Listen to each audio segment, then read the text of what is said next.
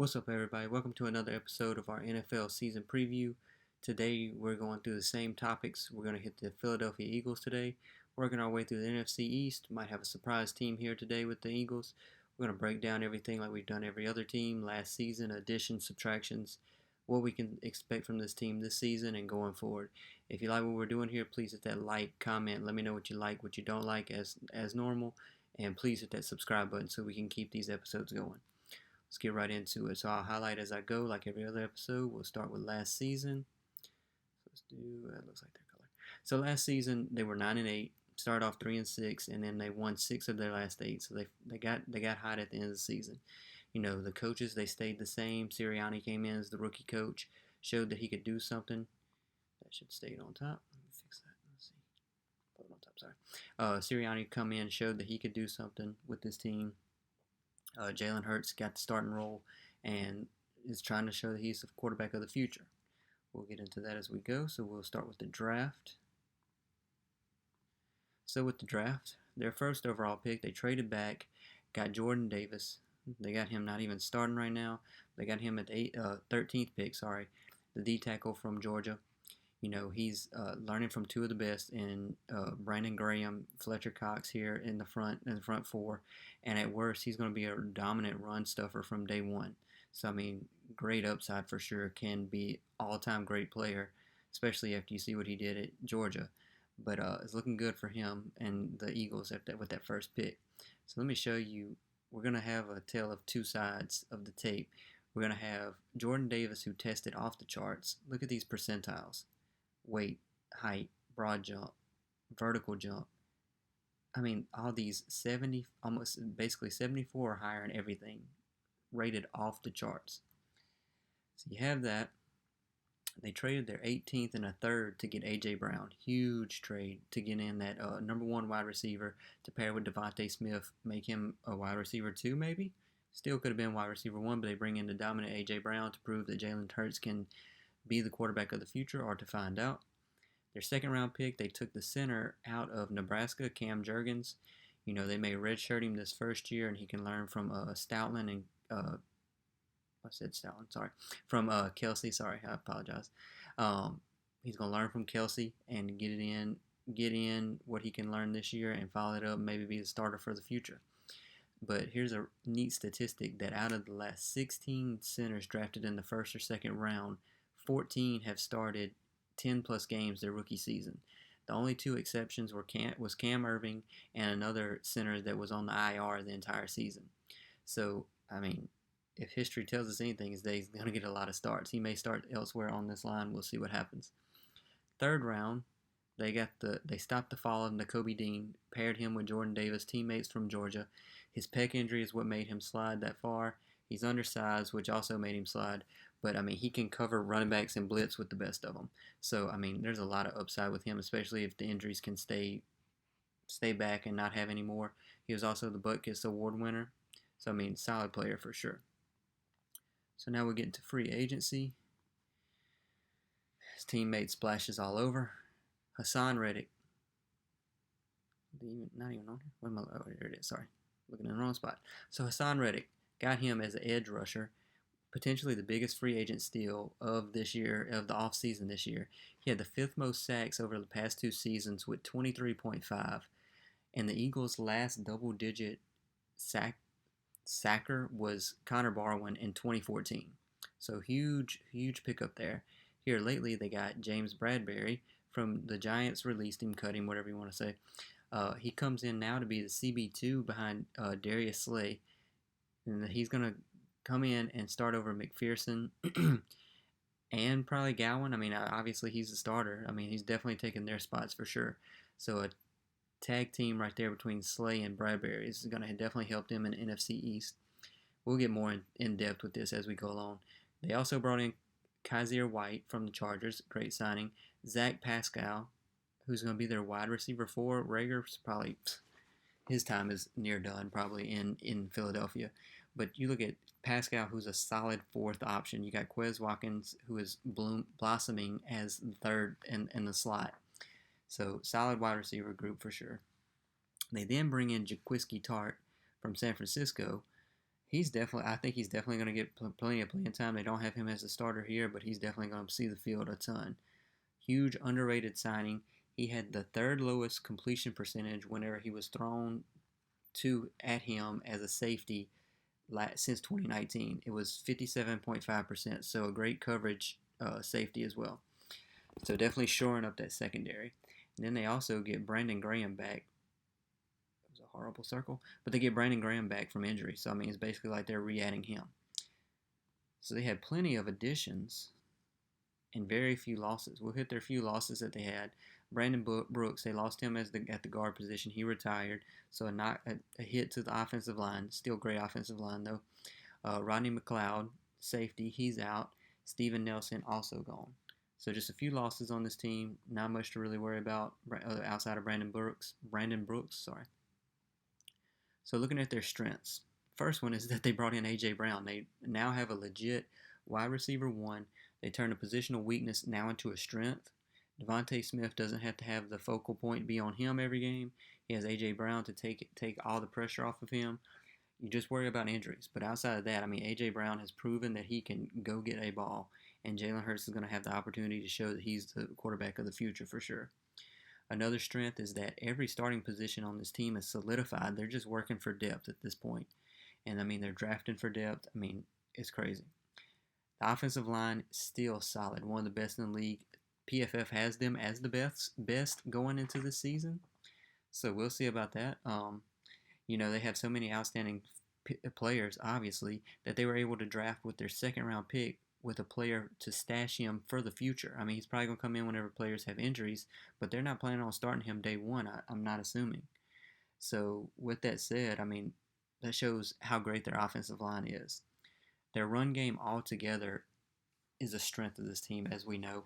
And then you add in Jalen Hurts to the run game. I mean, top 5 run game for sure, if not the best this season. They had the number 1 rush play percentage last year at right under 50%, which is unheard of in today's NFL. They were 4th, so they had the most rushes, or the highest rush percentage, and still had the 4th most yards per carry at 5 yards per carry. So they were rushing very efficiently throughout the entire season. They then flipped this defensive line into something that is going to wreak havoc in the NFC East for sure. They get Brandon Graham back. They still got Fletcher Cox. They add Jordan Davis. They add Hassan Reddick. I mean, they only had 29 sacks last year. Horrible season. But this year is probably going to be a strength of this team, especially the defense. So we'll get to the weaknesses. I'm going through this pretty fast just to work our way through so you can get a summary of the team. Not keep this video too long. So one of the weaknesses is the fact that they lost Brandon Brooks in the guard spot. I mean, Driscoll or Sam Malo is going to come in. I don't know. Cam Jurgens, maybe do they try to move him over and fill in that position that Brandon Brooks had for so long? We'll see. Secondary was average at best last year. They look to be much improved with Darius Slay now paired with Bradbury. I mean, Bradbury had a down year last year, but I mean, the Giants sucked altogether. So, I mean, I want to see him in a winning environment and see what he can do. Their opponent completion percentage, I had to read the statistic multiple times, but it was 69.97%. Unheard of. And I mean, how much of that was on the linebackers versus the cornerbacks? I don't know. Then the linebacker position, which was definitely a weakness last year, is greatly improved. I mean, it was probably the biggest weakness of the defense last year for sure. They were 29th in red zone touchdown percentage, 66.15%. So 2 out of every 3 trips, teams scoring a touchdown. The opponent is scoring a touchdown. They were 28th in takeaways with just 15 last year, and 29th in DVOA in passes across the middle of the field. So that shows that the linebackers were horrible in coverage. So we look at their outlook on both sides of the ball. I mean, we discussed it briefly already. The offense is going to be great. They bring in A.J. Brown. They went all in on building a Super Bowl caliber team rather than trying to build through the draft. They added some draft picks, but they went out and made huge slam dunk signings as well, especially getting Bradbury as of recent. They could easily be a top 5 offense. I would not be surprised if Jalen Hurts can take that next step. They have the running game. They have the offensive line. They have the wide receiver one. So easily a top 5 offense wouldn't surprise me at all. And I'd be more surprised if they didn't have a top 5. I mean, well, top 3 or even the best run game in the league this year. They add in an experience. They have experience with Jalen Hurts, and like I said, they're adding in AJ Brown to this already great core of players that they have. I mean, you think about it. If teams crowd the box, they put 8 in the box. They're then just opening AJ Brown up and Devontae Smith, Dallas Goedert. That's going to be your 3 targets that you're going to cover outside the box. What are you going to do with that? If Jalen Hurts can be mediocre at minimum, this offense is going to be outstanding for sure. The defense, as long as they're average, I believe this offense is going to be above average, especially with the run game. So if the defense can be average, this team, the ceiling is the Super Bowl, honestly. So let's get into their schedule and projected wins. Let me take a step back. Let me talk about the defense again. So that's just gonna stay there. Sorry. With Gannon's scheme, his is predicated on front 4 pressure and the secondary playing more zone. So I mean, the front 7 is greatly improved on paper compared to where they were last year, and they could be a top 10 D, especially if the linebackers can play average, above average ball. So, but we'll see what happens. So we look at the predictions and what they have going on with their schedule this year. Forgot to show you, Nakobe Dean. This is another reason he dropped in the draft. Look at his rankings, percentile, at the bottom of everything. But he's athletic. So we'll go week by week here. So Vegas has them at 8.5 wins. Mighty low, in my opinion. So week 1, they play at the Lions. Eagles going to come out and dominate the Lions. The Lions, the hype train is going crazy right now, but the Eagles can come out and show that they deserve more hype than what the Lions are getting. Week 2, they play the Vikings on Monday Night Football. They have Kevin O'Connell in there now. I feel like he's just in there trying to improve that roster. This is going to be a true test to see if the Eagles are a team above the rest of these mediocre teams in the NFC. I still feel that they will have hiccups throughout the season. This could be one of them. 1-1, go to the Commanders week 3. You look at Carson Wentz versus his front 4. There's no more discussion needed. Carson Wentz is going to be throwing end zone picks, backwards passes, fumbles, you name it. He's going to be doing something crazy. Week 4, they play at home against Jacksonville. Again, the Jags hype is that they're trying to improve. They got a new coach. They got the old Philly coach in Doug Peterson. But Doug Peterson's roster cannot compete with this roster, and especially this run game. Is going to run all over the Jacksonville D. Their defense is not a strong suit compared to other teams in the AFC for sure. So definitely a win for the Eagles here. Week 5, they play the Cardinals. The Cardinals, they're probably still going to be struggling to figure out the pass game, especially with no Nook Hopkins. Nook is still out. He had the suspension for 6 weeks, I believe. So with that said, I mean, Hollywood Brown is not going to make up the downfall that they're losing from Nook. And that's another win for the Eagles. They're 4-1 going into week 6 against the Cowboys at home. True test right here. I said true test earlier for the Vikings. This is a truer test because they play the Cowboys. Cowboys won the NFC East last year, but the Eagles are here to prove that there's a team to beat in the NFC East. Look at the Cowboys. Their defense was mediocre in a lot of areas. It was just a turnover differential. They had Micah Parsons. They lost Randy Gregory to the Broncos. So they still got Micah. He was great. They had Trayvon Diggs. Gave up a ton of yardage, just had the interceptions. If you watch football is a lot of luck involved, especially with the turnover game. And I feel like the turnovers are going to kind of fall back from where they were last year. They're not going to have as much luck as they did, and it's going to show in this game for sure. So they get the win against the Cowboys, 5-1 going into an early bye. Unfortunate, but to get ready for the end of the season. Week 8, they open this bye up with a great slate of games for sure. They play the Steelers.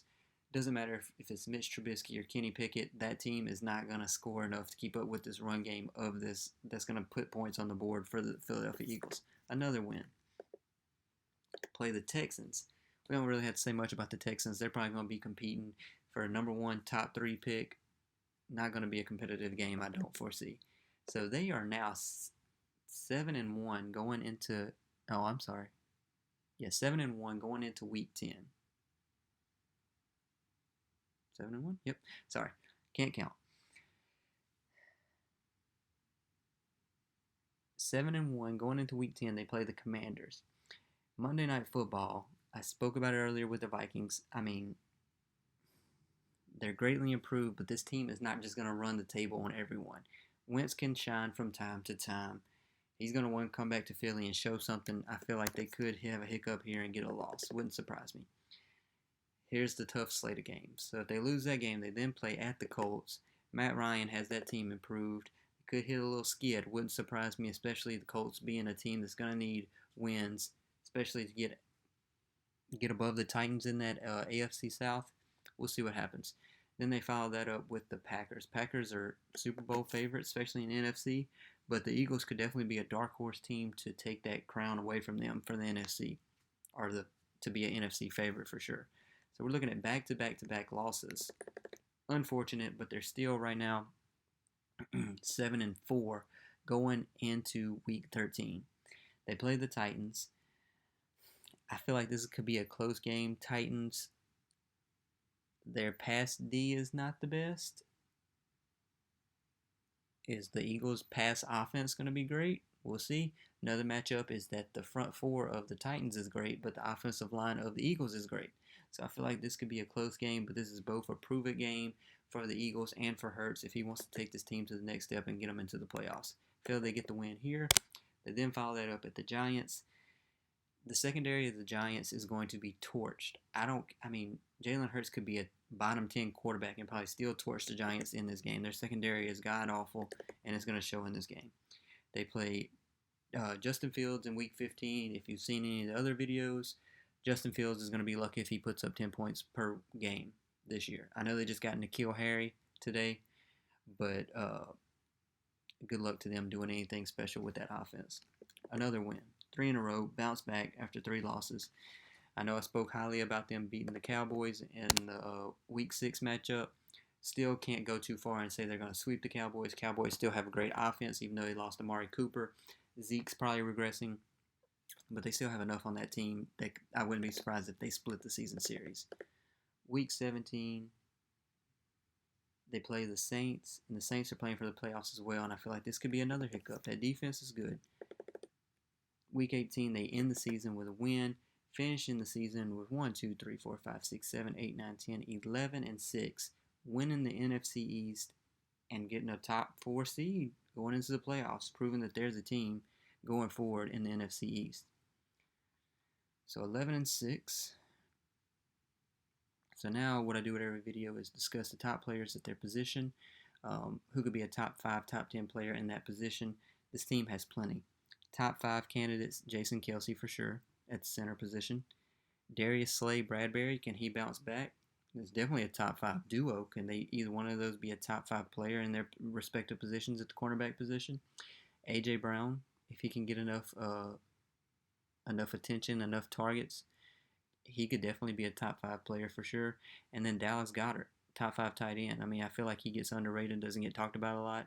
It definitely could be a top 5 tight end in this offense. All of those could easily, I'd be surprised if none of those are top 10, but top 5 is definitely also a possibility. MVP candidates on this team, likely not on the offense and probably not on the defense either. They're just so well-rounded all over that they're all above average. No great quarterback, no pass rusher that's going to get you 15 sacks, but they're great everywhere. So no MVP candidates, but nobody who's horrible at any real position, it doesn't seem. Looking at most improved player from last year, they better hope it's Jalen Hurts. There's a lot riding on this year. They're pretty much all in on him. They're setting him up for success. If he can't succeed with this offense, what can he succeed in to take this team to the Super Bowl? But in my opinion, I feel that he's going to take that next step in his third year like Josh Allen did. Will he be Josh Allen? No, they're two different players. But I do feel he can take that next step. If they can win a playoff game, I know they probably have Super Bowl aspirations, but if they can win a playoff game or win the NFC East, Jalen Hurts locks up this position to be the quarterback of the future for sure. Okay, best worst outcomes. I feel like what I've discussed is their best outcome and is what's likely to happen. I'm not sure why Vegas has them at 8.5 wins, but best outcome is that Jalen Hurts projects himself into the top 15, even top 12, top 10 quarterback. If they do that, they could go 12-5 with this offense, with this run game. Defense is average or better, 12-5 for sure. Run away with the NFC East. Worst outcome is that Jalen Hurts does not progress, does not take that next step, and I mean, I feel like we know what we're getting with the rest of the team. It's just kind of up to Jalen Hurts at this point. And if he doesn't take that next step, they could be playing for a wild card position, struggling to get in the playoffs, and then they're looking for a quarterback next year with their picks in the first round. All right. So with every video, I also pick a drop-off candidate with this team. I don't have one as clear cut. Every other team that I've gone through, I've seen them, and it's just like, oh yeah, easily could be a drop-off candidate. If I had to pick someone here, it would be Fletcher Cox based on his age at that D tackle position, maybe, and maybe James Bradberry if we look at his recent production based on what he used to do. But I don't project either one of them dropping off. But if I had to choose one, it would be one of those two. So I do project them to be the division winner and have 11 wins on the season. But if we look at the most intriguing thing for me in the X factor or the X factor for this season, the most intriguing thing is Jalen Hurts. Will he be a top 10, 12, 15 quarterback? Can he take that next step to become in the upper echelon of quarterbacks to carry this team? You see, if you follow Dan Orlovsky, you see him say quarterbacks you lose because of, lose with, win because of, or win in spite of, whatever order you want to say. Can Jalen Hurts become that quarterback that you win because of? Can he become that guy? Can they take control of the NFC East and not crumble in the playoffs? And lastly, how long does it take for the A.J. Brown, Devontae Smith duo to become a top 5 duo in the league, especially if Jalen Hurts can take that next step? I mean, Devontae is 100% the X factor on this team. He is going to be open the entire game. Your CB1 is going to be on A.J. Brown, so you better hope you have a great CB2 and somebody that can also cover Dallas Goedert, because the pass game is going to be wide open because they're going to make Jalen Hurts pass the ball. They still want to see him prove that he can do it, so the box is probably going to be stacked, and Jalen Hurts is going to have so many open passing lanes in this offense. So with that said, have them going in summary 11-6, win the NFC East, getting to the playoffs. I project them getting at least one win, maybe. Taking that next step into the playoffs and building toward the future. Wouldn't surprise me if they ended up being a Super Bowl team, a surprise Super Bowl team. They're definitely a dark horse pick of mine. If I had to choose one of team that's not expected to do anything great, but if they made it to the Super Bowl, I would not be surprised in the slightest. So that's our Philadelphia Eagles preview. Please hit that like button, hit the subscribe button. Catch you in the next one.